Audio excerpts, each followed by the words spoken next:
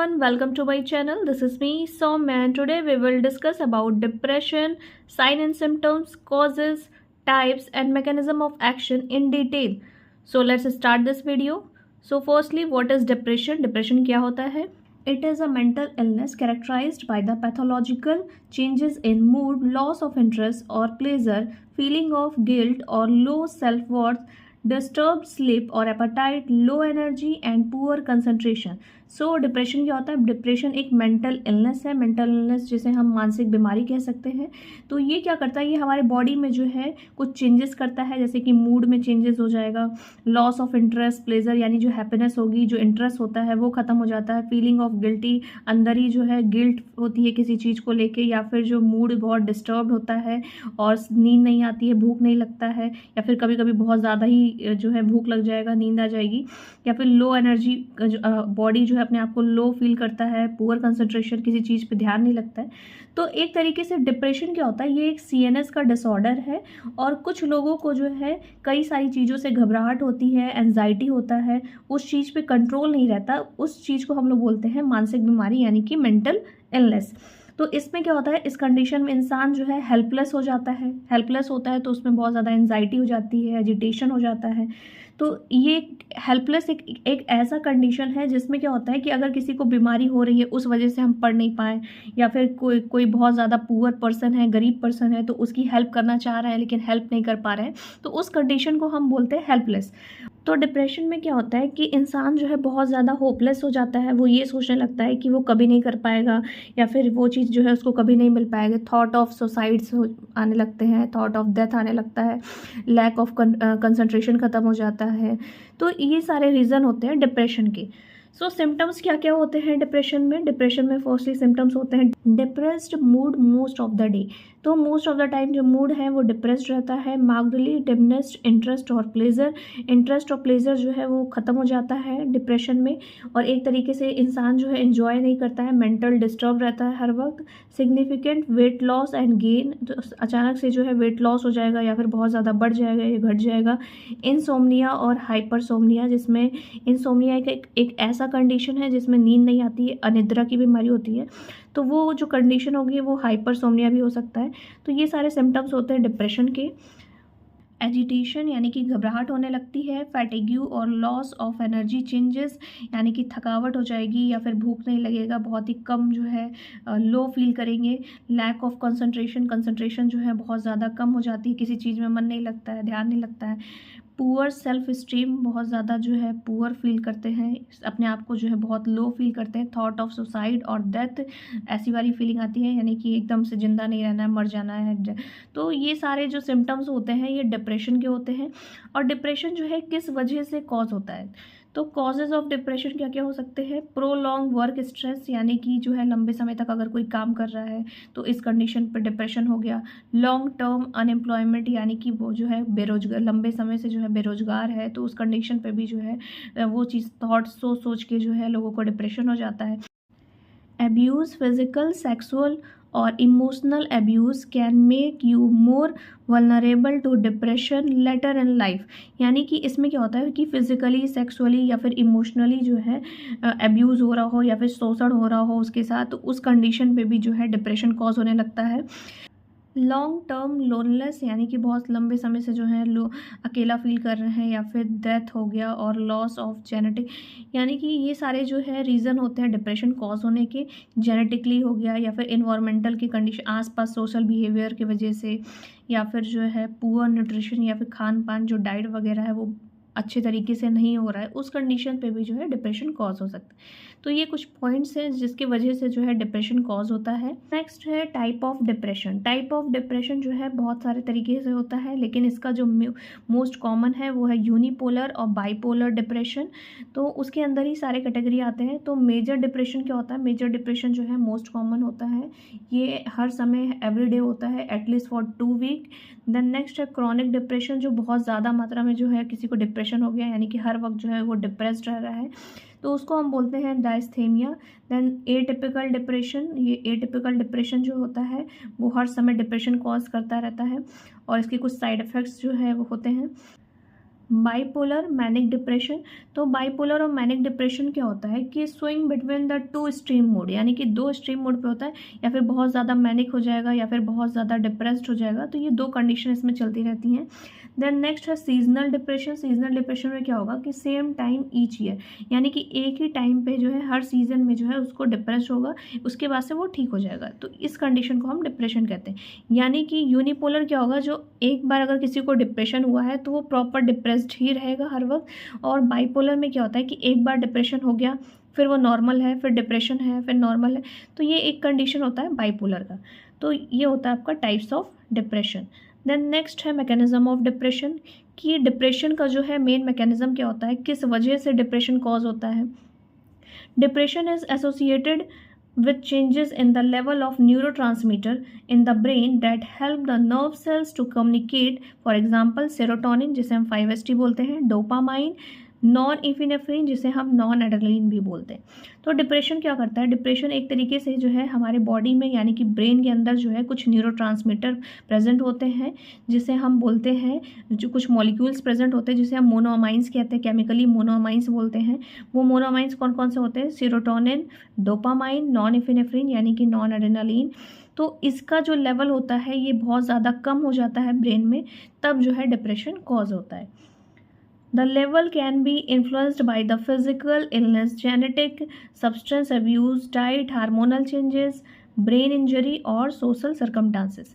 यानी कि जो है इसका लेवल कैसे कम होता है, the level can be influenced by the physical illness, यानी कि किसी भी तरीके का फिजिकल इलनेस हो, या फिर जेनेटिकली हो, या फिर कोई शोषण हो रहा हो, या फिर खान पीन की वजह से, या फिर हार्मोनल चेंजेस हो रही हैं बॉडी में, या फिर ब्रेन में कोई इंजरी हो गई हो, या फिर जो आसपास का जो सोशल बिहेवियर है उस कंडीशन में। तो ये सारे रीज़न की वजह से जो है ब्रेन में हमारे जो कुछ न्यूरोट्रांसमीटर होते हैं उसका लेवल जो है बहुत कम हो जाता है, उस कंडीशन पे हमारा डिप्रेशन कॉज होता है। डोपामाइन, डोपामाइन क्या करता है, which play a central role in decision making, happiness, motivation and signalling of pleasure and award.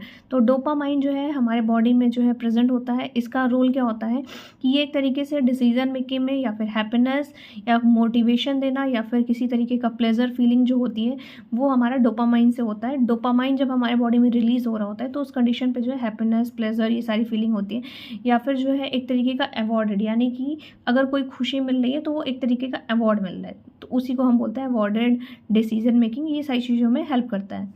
Then next है नॉन इफिनेफ्रिन, नॉन इफिनेफ्रिन जिसे हम नॉन एड्रेनालिन भी बोलते हैं, which influence the alertness and motor function and help regulate the BP, heart rate in response of stress.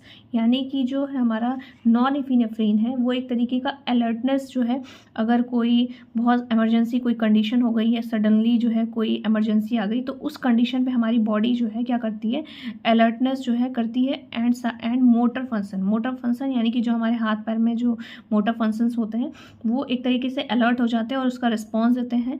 And help to regulate the BP और heart rate, यानी कि अगर किसी को स्ट्रेस हुआ है तो उस कंडीशन पे बीपी और हार्ट रेट को जो है रेगुलेट करने का भी काम करती है। तो ये करती है नॉन इफिनेफ्रिन। तो एक तरीके से क्या कर रही है, जो डोपामाइन, नॉन इफिनेफ्रिन, सेरोटोनिन जो है ये एक तरीके से मूड को रेगुलेट करने का काम करता है। सेरोटोनिन, सेरोटोनिन क्या करेगा, the neurotransmitter whose role in the regulate mood, appetite, sleep, memory, social behaviour या फिर सेक्सुअल डिज़ायर।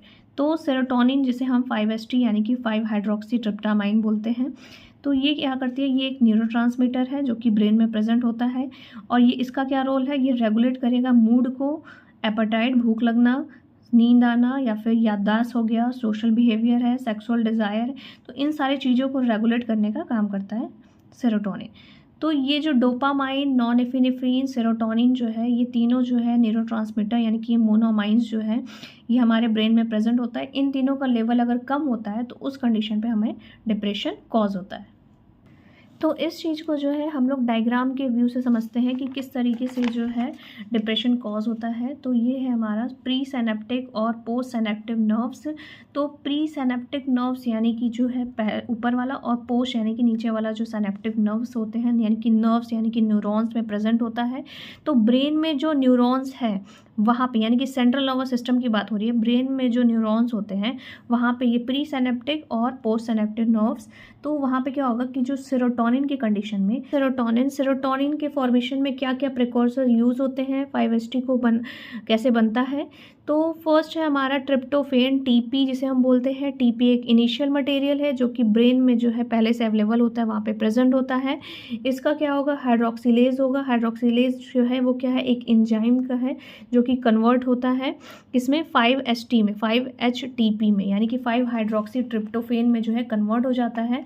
इसका फिर क्या होगा, डी कार्बोक्सिलेज होगा। डी कार्बोक्सिलेज होने के बाद से ये कन्वर्ट हो जाएगा 5 हाइड्रोक्सी ट्रिप्टामाइन में। तो फाइनली ये जो 5 हाइड्रोक्सी ट्रिप्टामाइन जब बन जाता है, इसका फॉर्मेशन हो जाता है, तो ये एक ट्रांसपोर्टर के हेल्प से, यानी कि ट्रांसपोर्टर के थ्रू जो है ये वेसल्स के अंदर जो है एंटर करता है। तो इस वेसल्स का जो है जो ट्रांसपोर्टर है, यानी कि ये जो ट्रांसपोर्टर है इसका नाम होता है VMAT2। तो VMAT क्या है, वेस्कुलर मोनोअमाइन ट्रांसपोर्टर, यानी कि इसके हेल्प से जो है वो इस वेसल्स के अंदर जो है ट्रांसपोर्ट हो जाता है, यहीं पे आके जो है स्टोर होता है। तो जब यहाँ पे आके स्टोर होगा तो अब क्या होगा कि यहाँ पे अगर कोई सिग्नल मिला, यानी कि जो है टीपी यानी कि ट्रिप्टोफेन पे बाहर से कोई सिग्नल मिला, तो सिग्नल मिलने के बाद से ये एक्टिवेट हो जाएंगे। एक्टिवेट होते ही जो है यहाँ पे जो 5-HT ट्रिप्टामाइन जो है प्रेजेंट है, वो क्या होगा कि वो जो है इस वेसल से बाहर निकल के जो है कहाँ आ जाएगा, साइनेप्टिक क्लेफ्ट में प्रेजेंट हो जाएगा। देन उसके बाद से जो है ये किस पे बाइंड होगा, यहाँ पोस्ट सिनेप्टिक मेम्ब्रेन, यानी कि यहाँ पे कुछ रिसेप्टर प्रेजेंट होते हैं 5-HT1 5-HT2, इस रिसेप्टर से बाइंड होगा और अपना रिस्पॉन्स दिखाएगा। तो डिप्रेशन किस वजह से कॉज होता है कि यहाँ पे जो आपका 5-HT है, ठीक है, 5-HT का क्या होगा, ये वापस से रीअपटेक हो जाता है प्री सिनेप्टिक नर्व्स में। तो जो प्री सिनेप्टिक नर्व्स में जो है वापस से यहाँ पे इसका रीअपटेक हो जाएगा, और यहाँ पे एक प्रेजेंट होता है सेरोटोनिन ट्रांसपोर्टर। यहाँ पे एक जो है सेरोटोनिन ट्रांसपोर्टर प्रेजेंट होता है। तो ये जो सेरोटोनिन है ये वापस से जो है इस वेसल्स में चला जाता है। यहाँ पे क्या होगा कि जो प्री सिनेप्टिक से निकल से, ठीक है, यानी कि प्री सिनेप्टिक से निकल के जो सेरोटोनिन है वो वापस से साइनप्स में पहुँच जाता है। इसी सेरोटोनिन ट्रांसपोर्टर के हेल्प से जो है वो वेसल्स में पहुँचेगा, यानी कि जो सेरोटोनिन प्री से यहाँ से निकला था, निकलने के बाद से with the help of serotonin transporter के हेल्प से जो है वापस से वेसल्स के अंदर चला जाएगा, पहुँच जाते हैं। फिर इसका जो है ऑक्सीडेशन होगा। तो ऑक्सीडेशन जब होता है तो मोनोअमाइन ऑक्सीडेज जो होता है यहाँ पे, उसका ऑक्सीडेशन होगा तो उसका जो मेटाबोलाइट इनएक्टिव हो जाएगा। तो जब इसका ऑक्सीडेशन होगा तो इसका मेटाबोलाइट जो है इनएक्टिव हो जाएगा। तो इस वजह से जो है पोस्ट सिनेप्टिक रिसेप्टर, यानी कि जो पोस्ट सिनेप्टिक रिसेप्टर पे है, इस पे यहाँ पे मोनोअमाइन ऑक्सीडेज का जो अवेलेबिलिटी कंसंट्रेशन है वो कम हो जाएगा। तो यहाँ पे जब इसका कंसंट्रेशन कम हुआ तो इस कंडीशन पे जो है डिप्रेशन कॉज होता है। तो दो रीज़न है, एक तो यहाँ पे सेरोटोनिन का रीअपटेक हो जाएगा, और साथ में दूसरा क्या होगा, मोनोअमाइन ऑक्सीडेज का जो है ऑक्सीडेशन हो जाएगा, यानी कि इसकी मेटाबोलाइट जो है इनएक्टिवेट हो जाएगी, और यहाँ पे पोस्ट सिनेप्टिक पे जो है इसका कंसंट्रेशन कम हो जाएगा। तो इस कंडीशन पे यहाँ पे सेरोटोनिन की वजह से जो है डिप्रेशन कॉज हो रहा है। तो ठीक उसी तरीके से जो है डोपामाइन और नॉन एफिनेफ्रिन जो है इस तरीके से काम करता है। तो ब्रेन में जो नर्व्स हैं, न्यूरॉन है, तो वहाँ पे जो प्री सिनेप्टिक नर्व्स होते हैं और पोस्ट सिनेप्टिक नर्व्स जो है प्रेजेंट होते हैं, और वहाँ पे कुछ न्यूरोट्रांसमीटर प्रेजेंट होता है जैसे कि सेरोटोनिन, डोपामाइन, नॉन एफिनेफ्रिन। तो सेरोटोनिन का जो है मैकेनिज्म हम लोगों ने देख लिया था, यहाँ पे हम डोपामाइन और नॉन एफिनेफ्रिन देखेंगे। टायरोसिन जो है एक इनिशियल मटेरियल है, फिर इसी से जो है हमारा क्या होगा, टायरोसिन हाइड्रोक्सिलेज होगा, तो उससे कन्वर्ट हो जाएगा एल डोपा में।